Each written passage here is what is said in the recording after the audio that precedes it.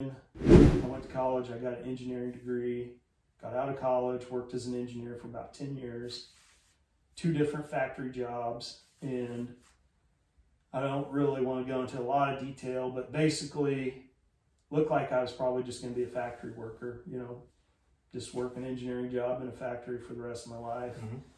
And kind of had a situation where the guy that I replaced, he got promoted, went to corporate, I took that job, and then some years later he wanted to come back, so he came back, and you know, we had a decent relationship, but he was unbearable, let's just say. Okay. Might have been some mental health issues. Don't really know. Don't really care. It's right. You know, whatever.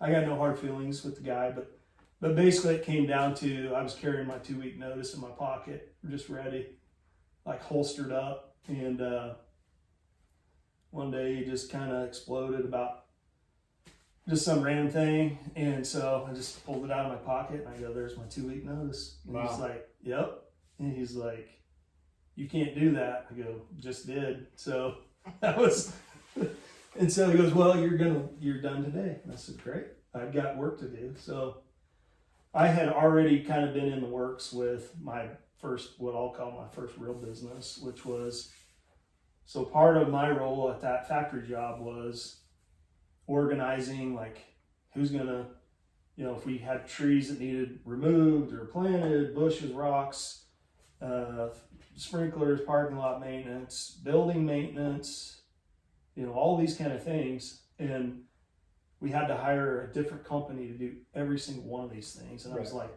why isn't there a company that could mow the yard, fertilize it, maybe trim a tree, fix a sprinkler head, and do our snow removal? Right.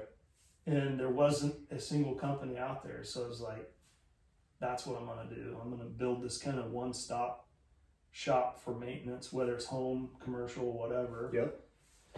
And so we started to accumulate tools and equipment, and we just did it on a really kind of low budget, you know, cash only.